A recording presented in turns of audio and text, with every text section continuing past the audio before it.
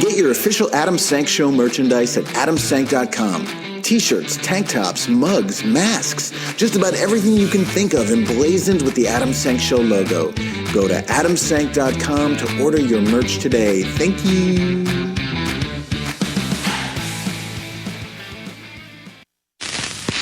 Warning. The program you're about to hear contains highly offensive and indecent material. This is the Adam Sank Show. If it's in my hand, I'm gonna suck it. Powered by DNR Studios. And now... The one, the only, Adam Sank! Bottom.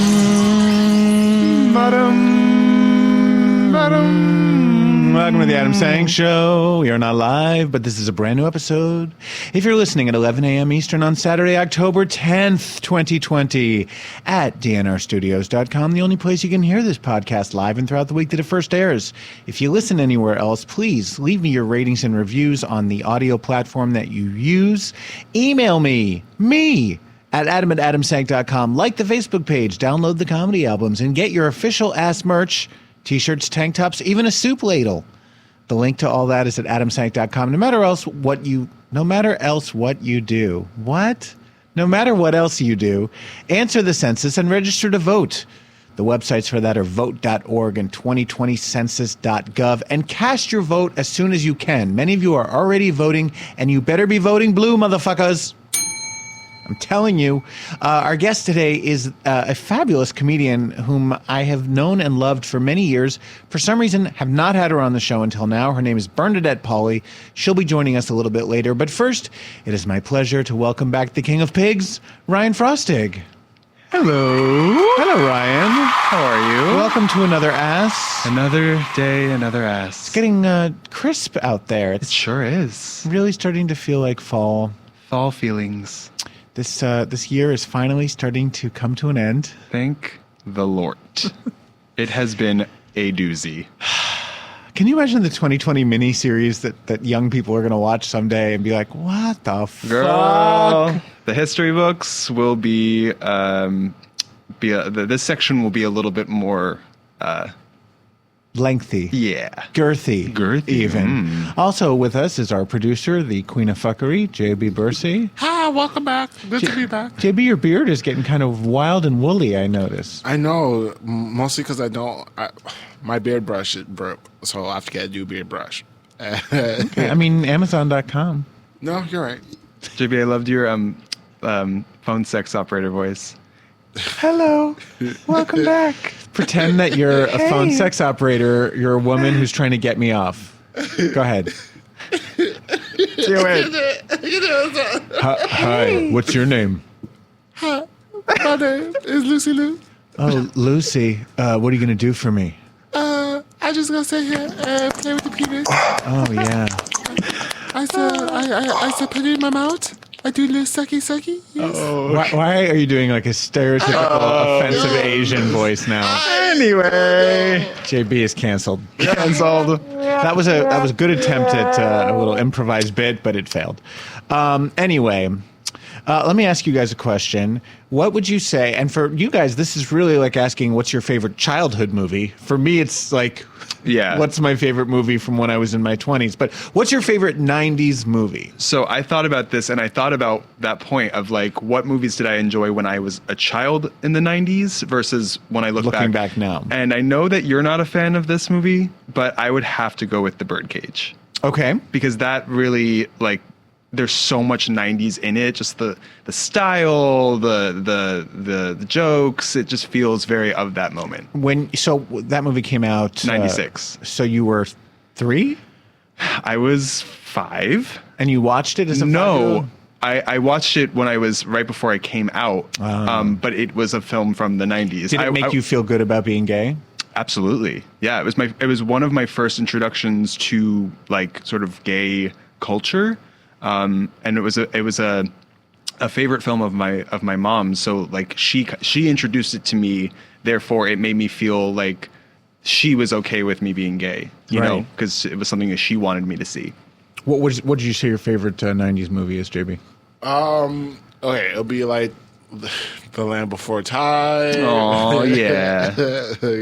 Got the Power Rangers movie, and it was like this movie about a toaster and it's an inanimate object. I think the little toaster or something. Yeah. Yeah. What? Fuck. What's it called? A toaster? The little toaster not the little toaster that could. Yes, I know what you're talking about. Was JP. this an animated movie? Yes. I also. Was it like Pixar? No. It was This like was- like claymation, kind of. No, not claim. It wasn't claymation. no, it was The Brave Little Toaster. The Brave Little Toaster. And this was a full-length feature film? Yeah, I mean, 90 minutes or Wow. less. One more. Space Jam. Okay. And that was a Space movie Jam as a was child also- of the 90s With that I really... believe I can fly. Yeah, Michael Jordan. I never even watched that, but I was Wow. aware of it. Yeah. You know, it was a basketball movie for Yeah. kids. I'm not going to watch that. Yeah, I loved that movie. But, well, the reason I asked this is because I'm not... What is yours? Well, I'm going to have to say... I actually had an answer for this. I'm going to say Clueless. Oh, yeah. Oh, God, that's a great one. Clueless came out in 95. I was 24. I had just moved to New York, and I just started dating this guy named John Jairo. And it was, I think, one of our first dates. He lived in New Jersey, and we went out to a theater in New Brunswick and saw it. We didn't know anything about it. It was just like this new movie. And it was such a surprise because we thought it was just going to be some dumb teenage movie, and it was so smart and so funny. And I think it's really held up. Yeah, that's a good one, too. Clueless was, I can't say the word, Clueless. it was way more sophisticated than it needed to be. Anyway, the reason I ask is because here's a story that I meant to do back in April. Oh, God. During the shutdown when I was doing podcasts from my apartment. And I may have done it. I'm sorry if listeners have already heard this before, but it's on my list as not having been done. So here we go. Queerty's list of 13 cheesy queer comedies from the 90s to make you smile. Oh, this will be fun. Again, this is from April. And they have a pretty wide definition of a queer comedy. Like Clueless is on their list. Not really a queer comedy, but it does have a gay character, which was somewhat unusual in a 95 teenage movie. Anyway, the first one on the list is The Object of My Affection, 1998, with Jennifer Aniston and Paul Rudd. I need to say that the book on which this is based is one of my favorite all-time books. If you want a delightful read, read The Object of My Affection. The movie is a stinking piece of shit. It's so bad, despite having an incredible cast that includes Allison Janney and Alan Alda. Oh, my God. It's about a gay guy and a straight woman, and they live together. It's a very Will and Grace type of relationship, even though this predates Will and Grace. Yeah. And then she gets pregnant, and it sort of sends their lives into turmoil. It's one of those 90s things where it's too much about the woman and not enough about the gay guy. Right. The book is more evenly divided, but the movie, it's really Jennifer Aniston's movie. So it's just bad. But what I remember about this is I remember watching it in a theater, and anytime two gay men in the movie like kissed or touched each other, there was a woman in the theater who was like, "Come on, this is gross. Come on." She kept yelling at the screen, and I stood up and turned around and said, "If you have a problem with gay shit, you're in the wrong fucking movie." Fuck yeah. And then she stopped. Love it. It's the one time in my life that I was brave. Work. 1997, In and Out. Oh. Kevin Kline stars as a closeted high school drama teacher who's outed by a Hollywood actor played by Matt Dillon when he thanks him during an award acceptance speech. This was based on a real thing. Yeah. What was the... When Tom Hanks won the Oscar for Philadelphia, he was like, "I want to thank my openly gay drama teacher from high school, Mr. So-and-so." And the guy was like, not openly gay. Oh, wow. And Damn. so this is another movie that a lot of people love and I absolutely despise. I love Joan Cusack. She's great in it. I love Kevin Kline. I don't like Paul Rudnick movies. Yeah. I don't like his style of... There's an absurdity to it that I'm always aware that I'm watching something that's not real. I can never connect with it. The humor to me is really basic. Yeah. But people love In and Out. 1994. This is a movie I loved. Threesome. Ooh, I haven't seen that. Oof. Laura Flynn Boyle, Josh Charles, and Stephen Baldwin. Wow. Josh Charles is a closeted gay college student, and he befriends Laura Flynn Boyle and Stephen Baldwin.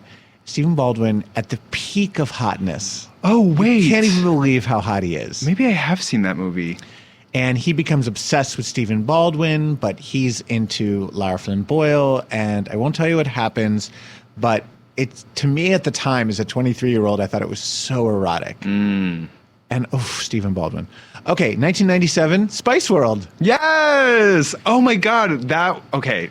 Now I've missed all these films. That was also a very, very important film for me in the 90s. I saw it in theaters. I saw it in theaters too. And I was always wanting to be Sporty Spice when we played Spice Girls because, I was a guy. Yes. I had to like sports, but she was so butch. That is so good. And she's the best vocalist in the whole group. Yes, I agree. Anyway. So that's 1997, So good. obviously starring the Spice Girls. Alan Cumming. Yes, no, Coming. Oh, right, it singular. is one. God damn it. Uh-oh. I just was trying to do a Coming sound effect. My board's dead. I give up. Okay, the next one is a movie that I just saw for the first time the night before last. Because I saw it on this list, and I thought, everyone talks about this movie, and I've never seen it. It's The Edge of 17 from 1998. You guys ever watch Edge of 17? No. This is a sort of a gay teenage coming-of-age story set in Sandusky, Ohio. It follows Eric, a naive 17-year-old teenager figuring out his identity. The movie's from 98. It's set in 1984. So all of the clothing and the music and the technology, everything is very 80s, which was kind of fun. Leah DeLaria is in it. She's the only famous person that you would recognize in the movie. It's interesting. If I'm being honest, I found it kind of slow. Okay. It's very low budget. It looks like it's kind of shot on this very grainy, out of focus, 90s. A lot of 90s independent films have this look to them. Yeah. They're shot very cheaply before digital video was available. And it's not great. However, there are some really emotionally charged scenes where two characters will be having a conversation and then they'll just both stop talking and stare at each other and the camera will stay on them for like another minute. And you're like, this is uncomfortable. But after a while, it starts to become very affecting because it's almost like you're watching a documentary. Like they just will stare at each other, or two characters will hug and the hug will go on for so long. And you're used to, especially nowadays, movies have such a quick pace to them. It's like cut, cut, cut, cut. Something happens, we move on to the next scene. This movie really takes its time, and in some ways, that makes it very affecting. Also, the longest, most sensual gay sex scenes I've ever seen outside of a porno. God. I mean, Good guys to know. licking each other's nipples, guys grabbing each other's asses, hands caressing, and they go on and on. There's a gay sex scene that probably goes on for 10 minutes. Okay. And in most movies, gay or straight, unless it's a porno, it's like, boom, it's over in a few seconds. Right. So you see a little cheek. There's a lot of... and then it's over. It's not that there's so much nudity, it's that there's so much sex and it's very sensual. Got it. So that was good. Next one, probably my favorite gay movie from the 90s, The Adventures of Priscilla, Queen of the Desert. Oh, yes. Saw it when I was living in Atlanta in 94. Really, I think the inspiration for To Wong Fu, Thanks for Everything, Julie Newmar, which came out a year later. Is that on the list? Yes. Yeah. Priscilla follows two drag performers and a trans woman as they embark on a journey across the Australian outback. If anyone out there hasn't seen it, it's a must. It's a really wonderful film. Yeah. And my favorite performance in the film is that of Terrence Stamp, who plays trans woman Bernadette. He plays, I know that nowadays we would never have a cis male playing a trans woman, but he really gives such a tender, affecting performance. Take a listen to this scene. No! You can't have nothing. We've got nothing here for people like you. Nothing.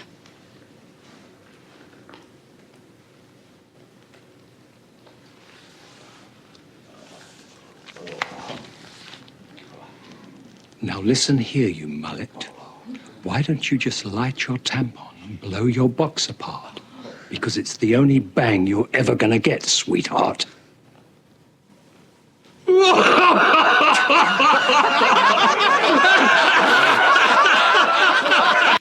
She's so good. So good. He's so good. He brings such dignity to it. And what I've read about that film is that in the making of the film, the director never let Terrence Stamp see the dailies. He just kept telling him, "You look so beautiful. You look like such a beautiful woman." And when he finally saw them, he was horrified Oh my God. at how rough he looks. But he said he's glad because he still played it as if he felt like a beautiful woman. Yeah. And never, and acted accordingly. Next up is Clueless, which we already talked about. Jeffrey also came out in 1995. I love that movie. Do you like it? Yeah. Great cast. Yeah. Olympia Dukakis, Nathan Lane, Cameron Manheim, Sigourney Weaver, and Christine Baranski. Mm-hmm. I need to watch that again. Yeah, it's a really I remember watching that when I first discovered Logo. I remember watching it there and just it really touched me. 1998 is a movie I've never seen the whole thing, and I have a lot of friends who love this movie. The Opposite of Sex, with Christina Ricci and Lisa Kudrow. It's about a pregnant, oversexed teenager, played by Ricci, who chain smokes cigarettes, steals dead people's ashes, and sleeps with her brother's boyfriend. Hot. Queer Tea says not all the jokes have aged well, but the film still tackles issues that a lot of Hollywood still wouldn't touch back then, including HIV/AIDS and the idea of sexual fluidity. 1999, Cruel Intentions. Ryan Phillippe and his naked ass. Reese Witherspoon, Selma Blair. Sarah Michelle Gellar? Yes. Yeah. A very mean film. Yeah. Very mean-spirited. Yeah. It's dark, but it's sick and twisted, but we love it. kind of delightful. Yeah. And sexy. I Think I Do, 1997. I don't know this. Two college roommates meet up 5 years later at their former housemate's straight wedding. Sparks fly as the ex-roommates try to navigate their new romance with this screwball comedy starring Alexis Arquette, the late, great Alexis Arquette, Guillermo Diaz, and Tuck Watkins, who we were just talking about from Boys in the Band. I think I have seen that. It sounds kind of interesting. Yeah. 1995, again, To Wong Fu, Thanks for Everything, Julie Newmar, with Wesley Snipes, Patrick Swayze, John Leguizamo. I recently rewatched this. I do not care for it. Oh. I think the first 20 or 30 minutes are okay, and then once they get shipwrecked in that like backward ass town, it's unwatchable. Right. I haven't seen it in a long time, but I just the beginning of the film, right? That's where like Coco Peru and like all those people. Yes, and RuPaul plays Miss Rachel Tensions. Yes, which is the funniest name ever. Yeah, it's just bad. Yeah, I mean, the three of them give good performances. It also is one of those movies that doesn't really make sense. Unlike Priscilla, where the two male characters are only in drag when they're performing or when they're having fun. Right. Otherwise, they're living as the men that they are. Yeah. These three are in drag 24/7. Yeah.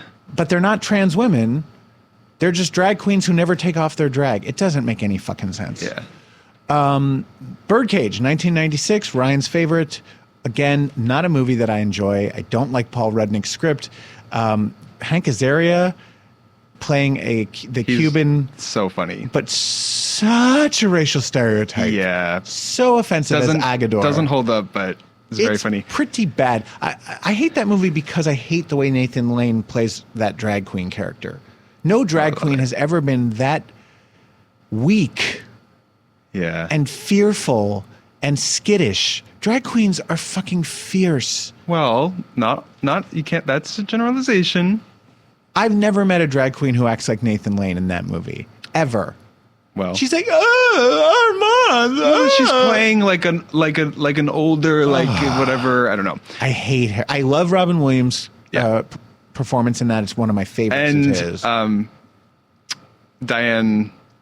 Oh, Diane Wiest. She's brilliant. Yeah, she's always brilliant. I'd watch her read the phone book, but I don't like Birdcage. I know everyone else does. I'm sorry. Is that the end? What can I tell you? That is the end. Okay. So because you brought up end. I know this is technically, I had to look it up. It's not technically from the 90s, but it's from 2001, so it's close enough. And you mentioned Olympia Dukakis, and this is a film that you introduced to me, and it has become one of my favorite films, Kissing Jessica Stein, which is 2001, but that is such a great script. Kissing Jessica Stein is one of my all-time favorite movies, period. Period. If you haven't seen it, guys, it's like, picture a Woody Allen movie except not made by Woody Allen, Yeah. and about a lesbian romance. That movie is so perfect from start to finish. Very smart. Yeah. And Jennifer Westfeldt is just, God, do I wish that she had a huge career. Because did she write that too? She wrote it and starred in it. Yeah, and so she was brilliant. And she's been nominated for a Tony. She's been on Broadway. And the other actress too. Yeah, whose name I can never remember. And Jackie Kissing Hoffman. Jessica, and Jackie Hoffman steals the whole fucking movie. It's great.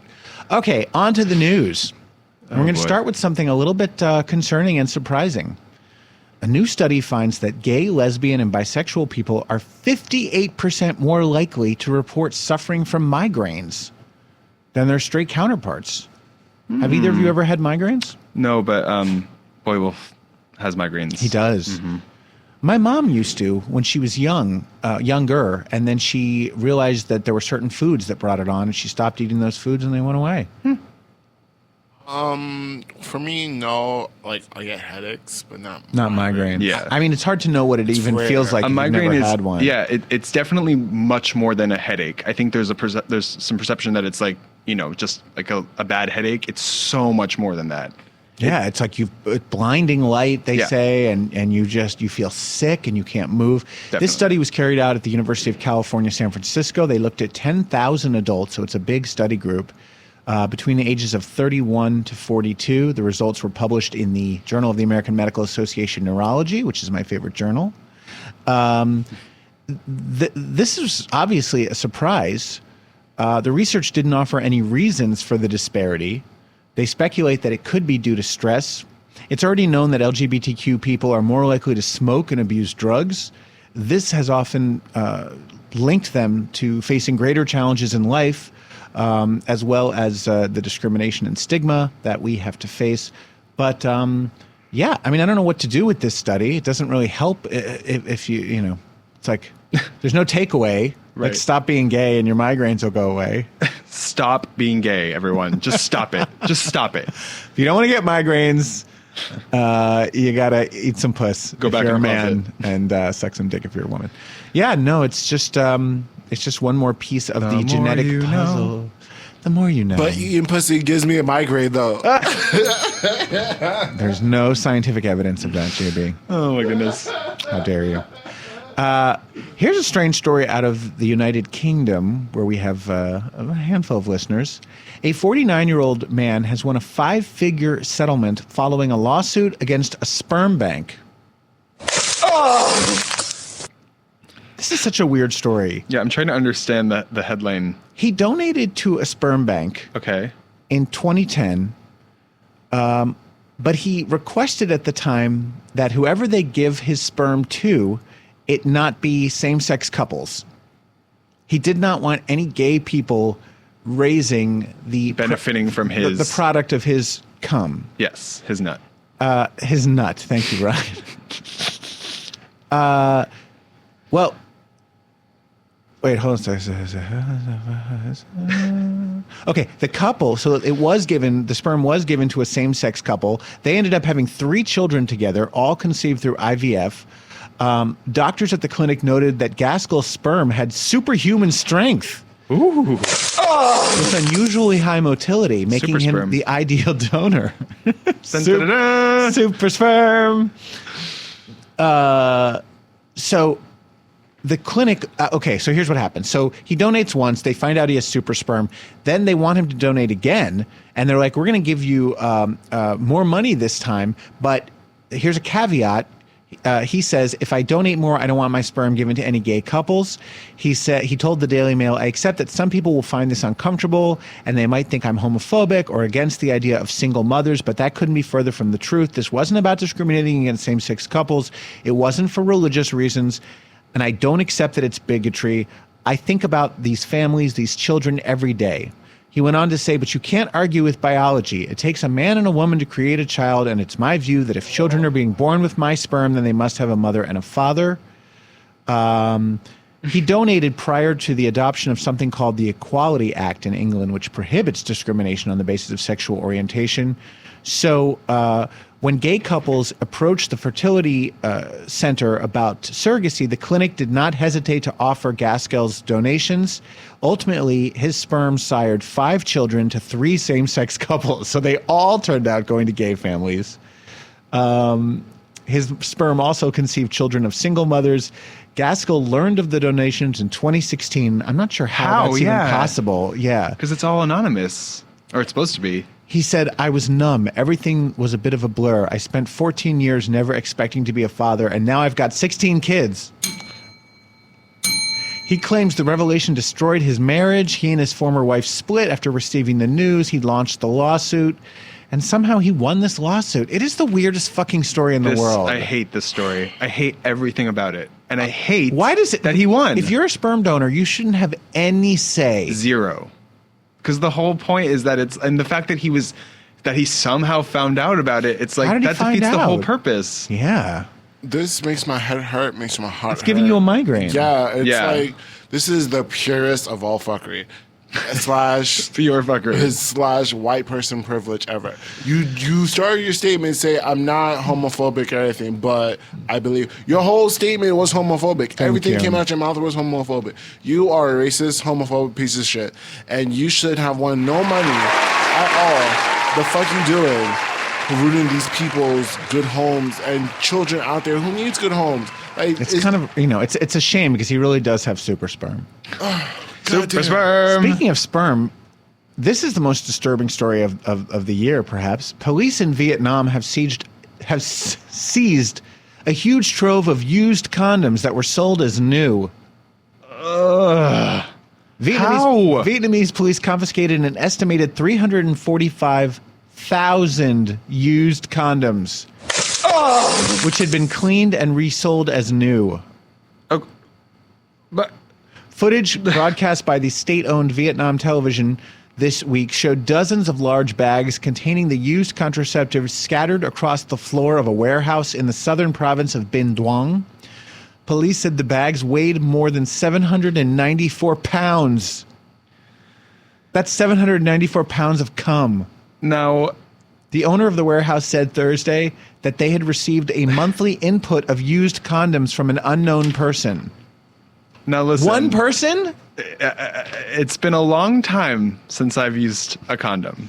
But I'm pretty sure that after they've been used, it's a little throw them away. It's a little difficult to re-roll them. I mean, the whole thing is so baffling. A woman detained during the bust told police that the used prophylactics would be boiled in water, then dried and reshaped on a wooden phallus before being repackaged and resold. My God, these stories are just, we've covered a lot of fucked up shit. The woman said she received 17 cents for every kilogram of recycled condoms produced. Neither she nor the owners of the warehouse were available for comment. What was Lady just chewing? You know what? I just realized there might be treats in here because we use this for Bodhi's Lady, training. did you discover treats? She probably did. So yeah, that's disturbing. Yeah, fucked up shit. Also, 345,000 condoms? Yeah. From one where was that person getting them from? You'd have to have thousands and thousands of people in on the scheme. I have a migraine. If you had 1,000 people and they each had sex one time every day, that would be like 340. I don't know. Don't reuse condoms. Yeah. And if you're on PrEP, you don't need to use them at all. Thank you. Meanwhile, there's a show that I've never seen called Love Island. Yes. And I may have to start watching. Love Island is one of these reality dating shows. It's the premise seems to be just like putting beautiful people together in a nice setting, like a tropical paradise, and then seeing how many ways that they fuck each other. That seems to be pretty much the point of it. Romaine's favorite show. Oh, it is? Yes. Were they talking about this story? I don't know if they're talking about this story. I just know this is her favorite show. Well, a 24-year-old contestant named Noah Purvis. Purvis was kicked off the show well into filming. He had already appeared on a number of episodes, and suddenly he just disappeared after it was discovered that he had made gay porn. Oh my God. He performed as Ethan, no last name, in a series of Corbin Fisher movies. If you just Google Ethan Corbin Fisher porn and click on your Google videos, you will see him fucking.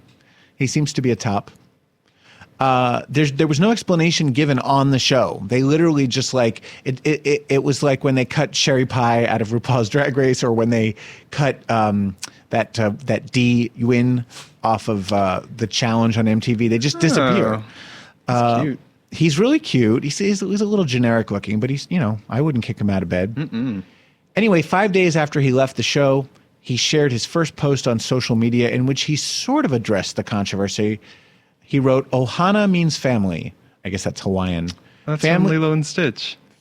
Oh. Mm-hmm. "Family means no one gets left behind or forgotten," he wrote, seemingly quoting Disney's animated film Lilo and Stitch. Thank you, Ryan. Yeah. "All of you out there have made me feel this, and I can't express how loved I feel for the first time in my life."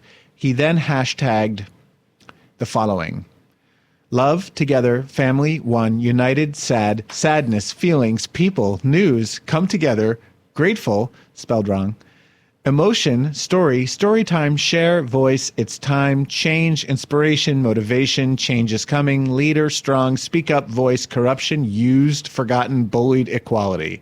This was these were the hashtags. These were the hashtags. Okay, got it. That's pretty cryptic.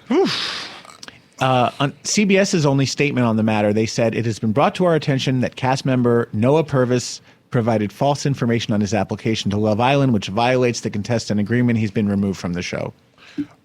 Okay, so I have tons of questions. I'm really confused. One, is he a straight guy who did gay pay, or is he? Thank you for asking, JB. It is unclear how Purvis identifies or what false information he supposedly gave CBS.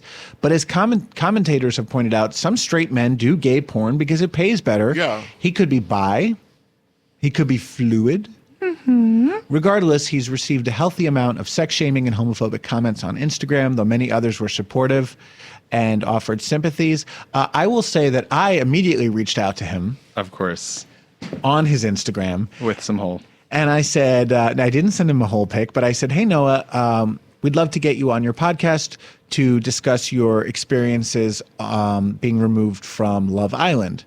And another commenter was like, "Dude, that's not how you ask someone." Oh my God. And I was like, "How should I have asked him?" And then someone else said, "I thought it was the perfect way to ask him." Oh, the internet. Like, I don't understand what I did wrong. I wasn't like, "Hey, faggot, want to come on my show and show us your hot dick?" Oh my goodness. Which I do kind of want to see. Yeah. Anyway, so, but that's interesting. This happened once before with MTV's The Real World. It was Vegas. Oh, okay. And I'll think of his name in a second. He's so crazy hot. And he was definitely straight, but did a lot of gay sex in his past. He was part of one of those fraternity house porn things where they just are on the guys 24/7 and they all fuck each other. Yeah. And not where that's really brutal, but there's this one genre or one company where it's like, it's almost like a porn reality show where they just have a bunch of guys living in a house together and they follow them around for weeks as they like fuck each other. He was one of those. But he's very straight identified, and as far as I know, has been only with women in his personal life. I think his name is Keith. Anyway, but they didn't kick him off. Huh? Oh. That's no reason to kick someone off the Real World. This was a dating show, so maybe there was a question like, have you ever done porn? And he said no, and then who knows? But why does me doing porn have to do with anything? Oh my God, it's 12:43. Yeah, we gotta go do it. Oh shit! How did I get so behind? All right, very quickly, one of the Village people, Victor Willis, says that the song YMCA is not about gay sex. Sure, Jan. And that's all we need to say about that. I say bullshit. Here's some of the lyrics. "Young man, there's a place you can go. I said, young man, when you're short on your dough, you can stay there. I am sure you will find many ways to have a good time. It's fun to stay at the YMCA. It's fun to stay at the YMCA. Hey, they have everything for you men to enjoy. You can hang out with all the boys." That's gay. That is gay. That is gay. Willis, who is straight, actually, he's, I think, the only straight member of the Village people. He claims that, yes, The Village People did write songs with gay content, but that was not one of them. I don't know why this is important to him in 2020. I don't know why we need to know one way or the other whether YMCA is about gay sex. But the most interesting part about this story is that Victor Willis, from 1978 to 1982, was married to Felicia Rashad. What?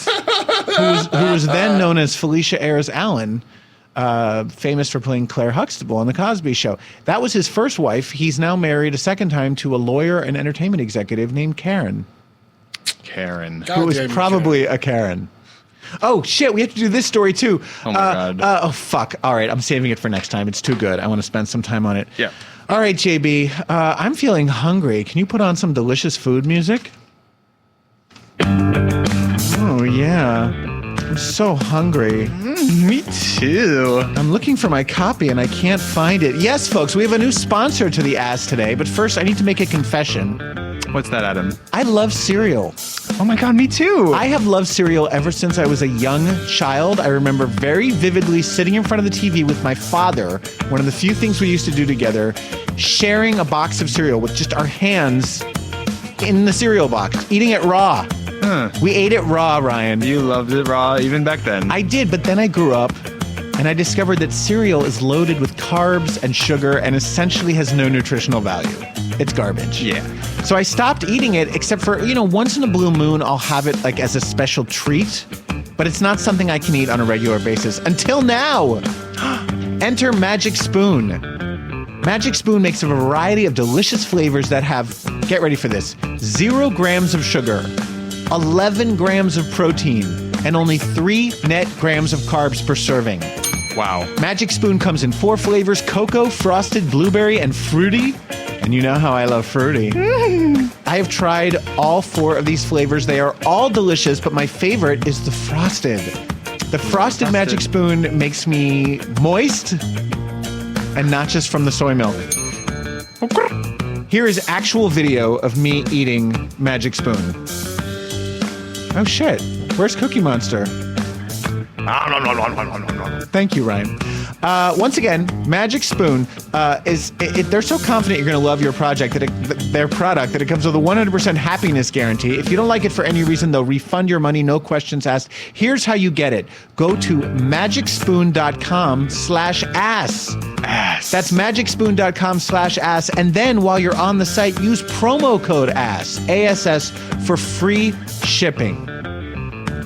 Go to magicspoon.com/ass, grab a variety pack and try it today.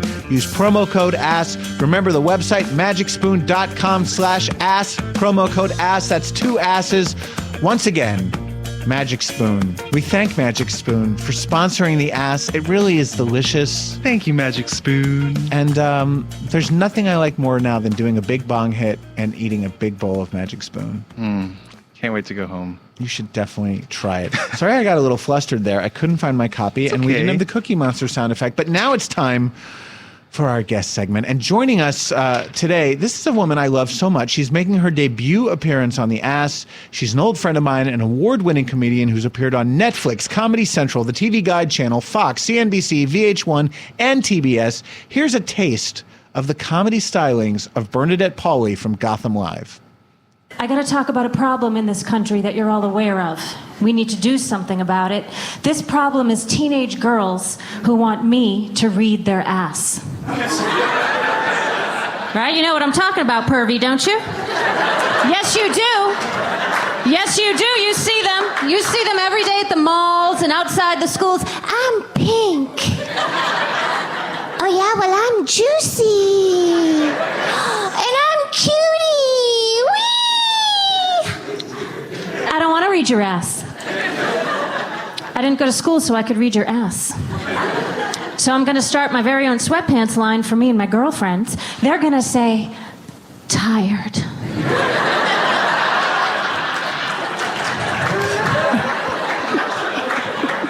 Sciatica. And my #1 bestseller, this used to be higher. And joining us all the way from sunny Los Angeles, please give a warm ass welcome to Bernadette Pauley. Oh my God, The applause is so loud, I can't even hear Bernadette. Bernie, are you there? I am here. Can you hear me, you guys? Yes. How are you, my love? Hey, I just finished up my magic spoon. I have so much energy. I'm ripped. Good. I look like Angelina Jolie now. Oh, my goodness. I'm so excited. You always did, let's be honest. Yeah, that's true, Adam. That's true, Adam. Check's in the mail. How are you? I'm good, baby. I miss you so much. How long have you been out there? When did you leave New York? An eternity. It doesn't matter. When you leave New York, you stop existing. I agree. I've been out here. It's gross. I've been out here 8 years. Wow, has it been that long? Yes. Bernie used to Isn't be it one of my awful? favorite headliners. Anytime I produced a show and I just needed the show to go out with a bang, yes, I would say, bring on Bernadette Pauley. And I can't do that anymore because she's doing the Hollywood thing.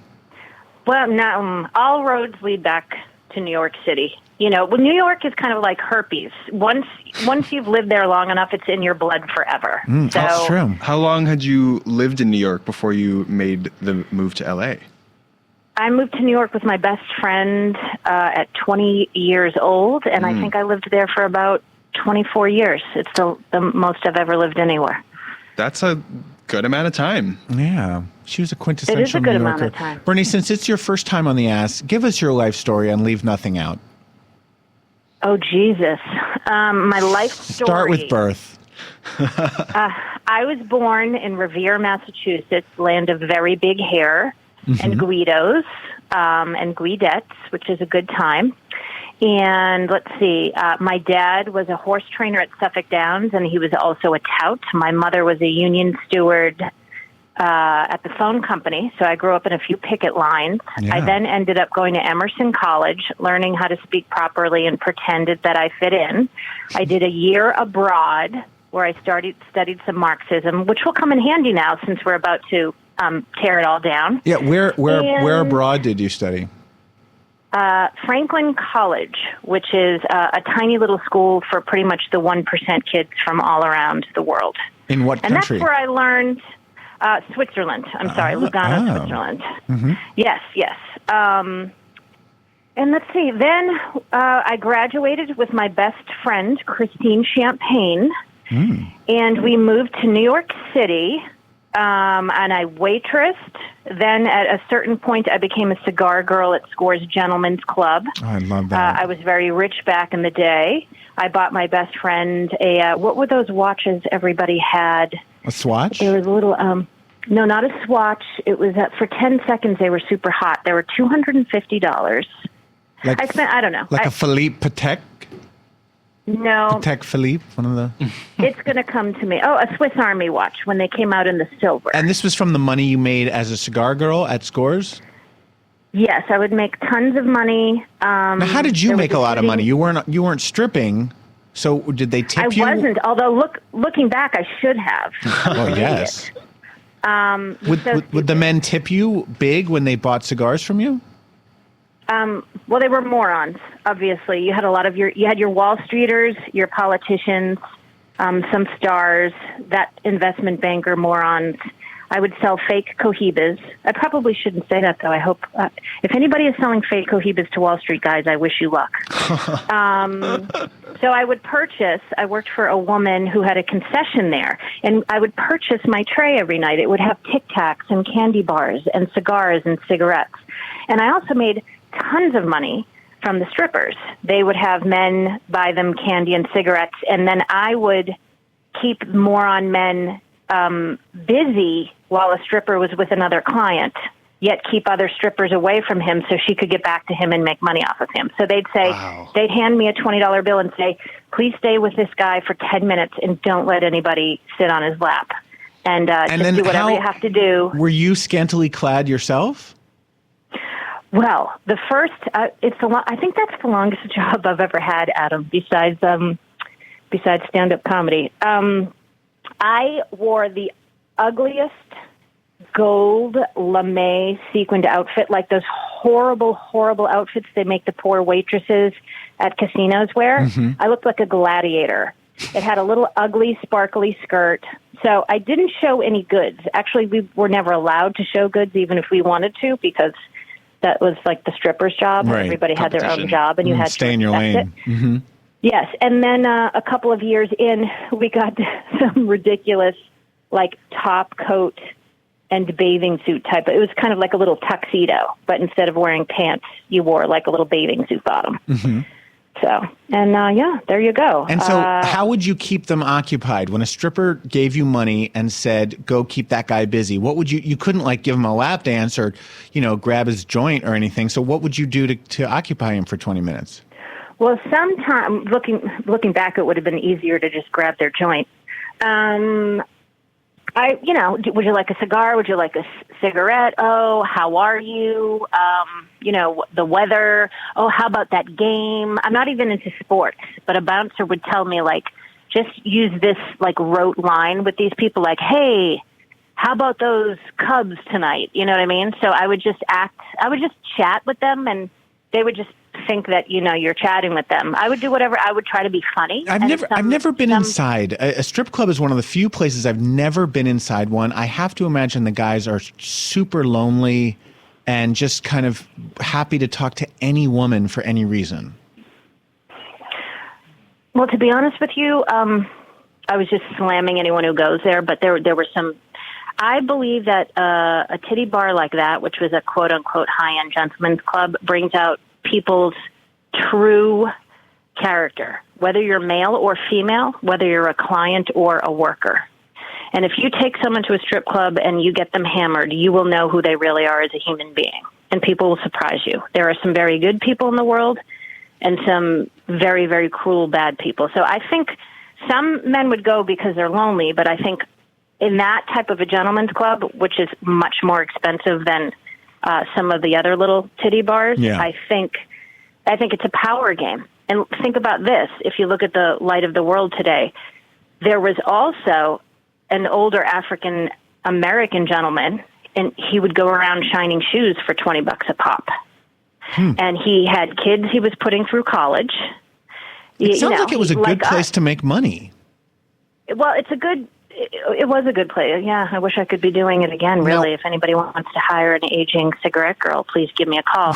It was, but, like everything else, it gets a little tired. Were your parents curious? Were your parents curious as to the fact that you had a college degree and were working as a cigarette girl in a titty bar?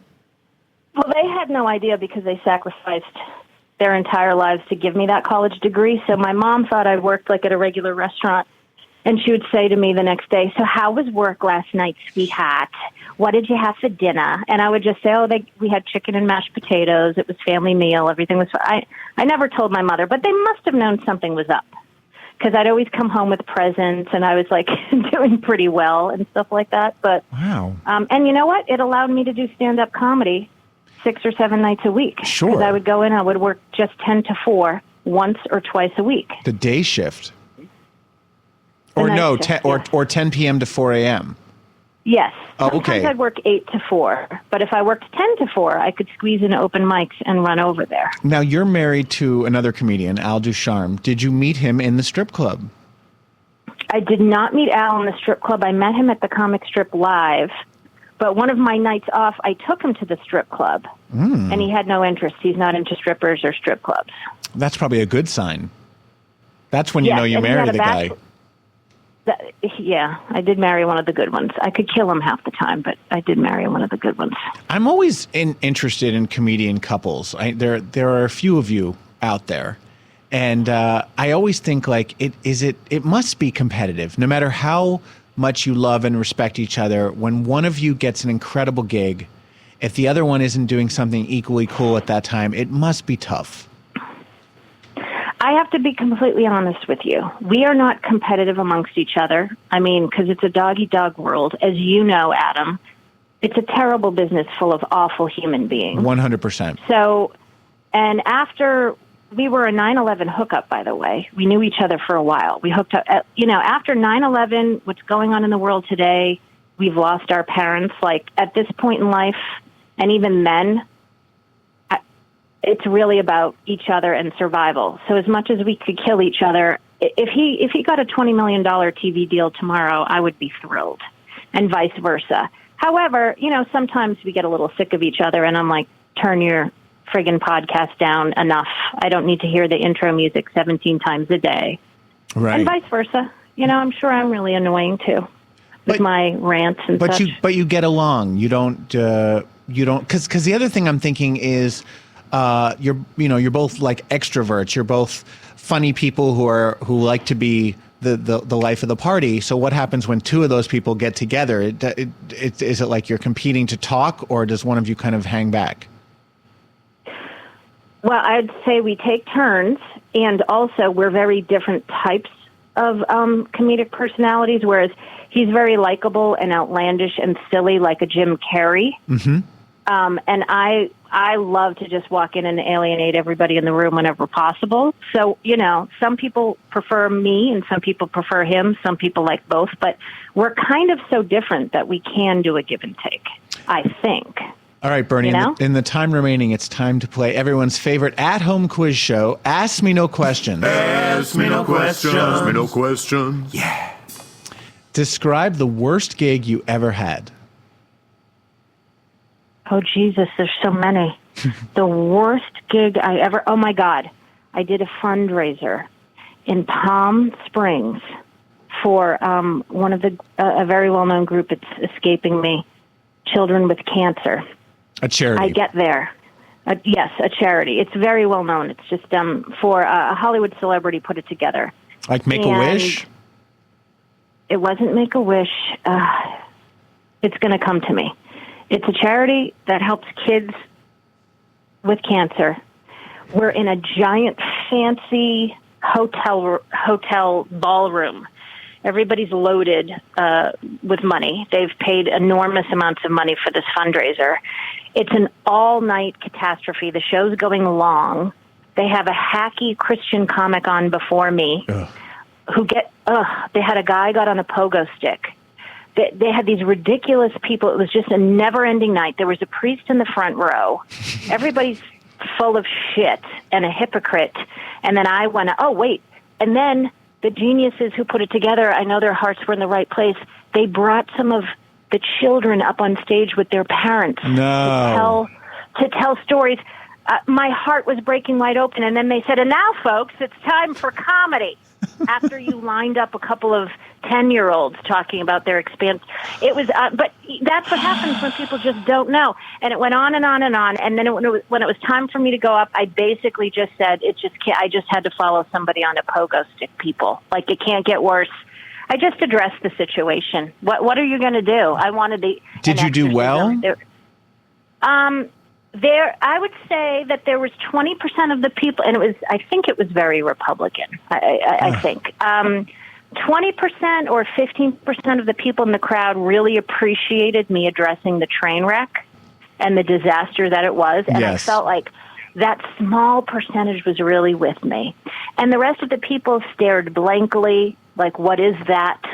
Why are we looking at that? You know, when they look at you like you're an animal in a zoo and they just can't figure you out? Yes. There was a lot of that.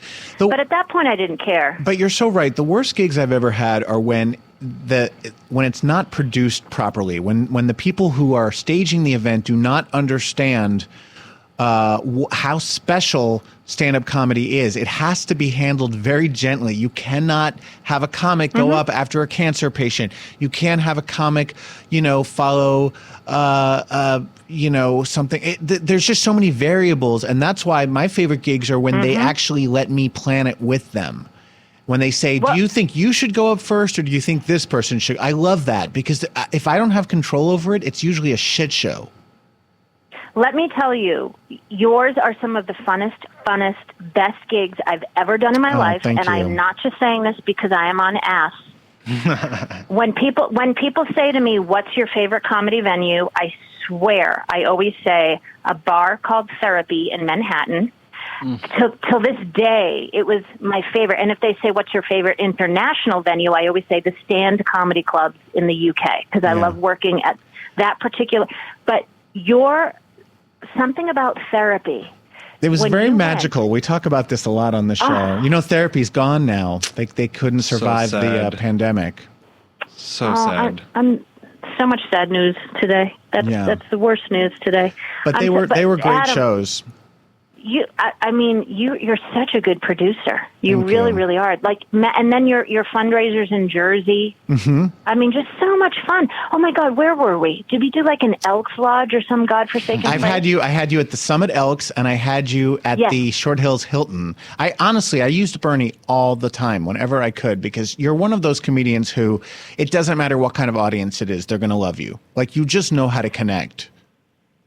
Oh my God, they were so fun. I would just tell these people, I'd say, how are you in Elks Lodge? You're so much fun. We're having such good times.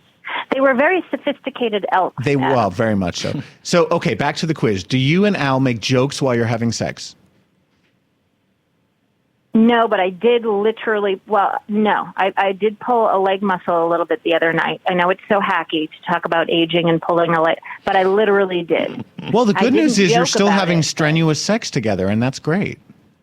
It's our only workout, really. What are you going to do? What would you say, and by the way, the listeners should know that Bernadette is extremely beautiful. What would you say are your most and least attractive physical features? My most and least attractive physical features. I've been told I have a nice, strong jawline, like a pit bull. So I guess, I don't know. Jawline is best. Yes, it's, and I'm not going to lie. I have a little bit of a muffin top lately, and let's be honest, it's a rosé top. There's some COVID wine happening, and there's a little punch that I have to stuff into my pants. I'll tell you what, the house. I think when you're naturally skinny like you are, it's really easy to get a muffin top, because if you just gain like 2 pounds, there you go, muffin top. Do you know what I'm saying? All right, Adam, I think it's less noticeable when you're already bigger. You are so good for my ego right now. What do I need to do for you? It's true, though. Okay, I'm going to give you an F, Marry, Kill. This is, if you had never met Al, this is a comedian edition. You have to fuck one of these men, marry another, and kill the third. You're killing me, yeah. Your choices are Dane Cook, Bill Burr, and Dave Chappelle. Bernadette just hung up. Okay, fuck, marry. So you've got to, then I would have to kill Dane Cook. That's a no-brainer. Obviously. Marry, fuck. I'm not sure which one. Fuck Bill Burr or fuck Dave Chappelle or marry them. I'd marry Chappelle and fuck Bill Burr. That is the correct answer. Although we would have also, we would have also accepted fuck Dane Cook, because he is kind of hot, and kill Bill Burr because he's kind of a dick. Have you worked with any of those guys? Yes. I've worked with Chappelle and I've worked with Burr.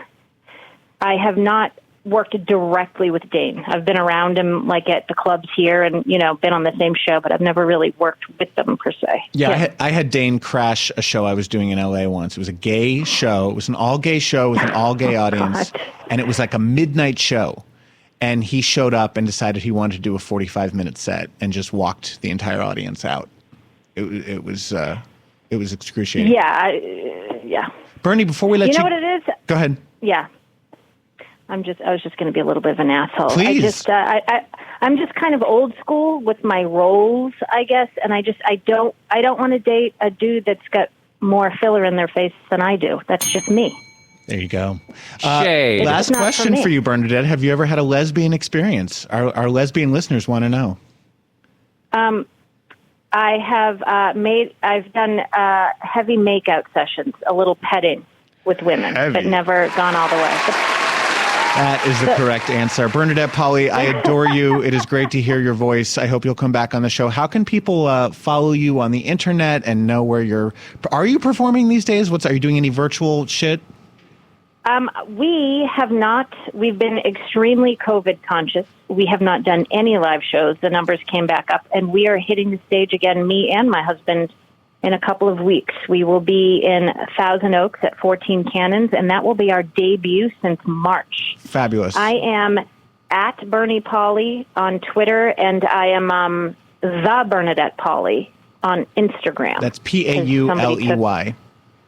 Yes. Thank you so much, Bernie. I love you. Let's talk again soon. Everyone else, tune in next week to hear another brand new Ass with our special guest, actor Drew Droege, one of our favorites. Ooh. Subscribe to this podcast at dnrstudios.com. Don't forget to order your Ass merch at adam@adamsank.com. Follow me on Twitter and Instagram at adamsank. Email me at adam@adamsank.com. Vote blue no matter who. No matter who. Have a great week, bitches. Bye. Bye.